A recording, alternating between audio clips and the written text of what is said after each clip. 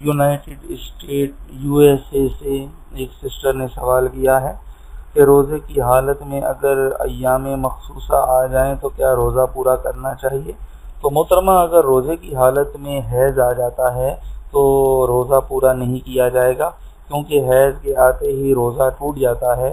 लिहाजा हैज़ की हालत में तो रोज़ा रखना ही जायज़ नहीं है, लिहाजा वो रोज़ा ख़त्म हो गया। उस रोज़े की क़ज़ा आप बाद में जब तंदुरुस्त हो जाएं फिर रख लें।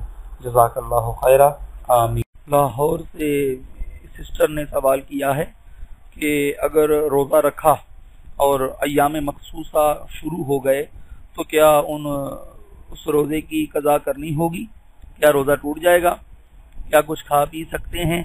तो मोहतरमा, गुजारिश ये है कि अगर अय्याम मखसूसा शुरू हो जाते हैं तो रोज़ा जो है वो टूट जाएगा।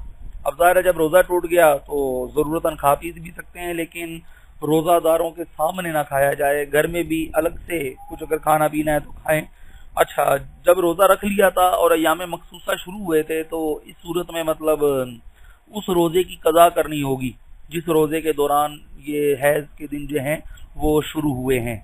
और वैसे हैज़ के दिनों में जो रमज़ान के रोज़े आ जाते हैं उन रोज़ों की जो है वो क़ज़ा आप मतलब जो है वो बाद में रख लेंगी, जो जबकि मतलब अय्याम मखसूसा ख़त्म हो जाएंगे और रमज़ान गुजर जाएगा।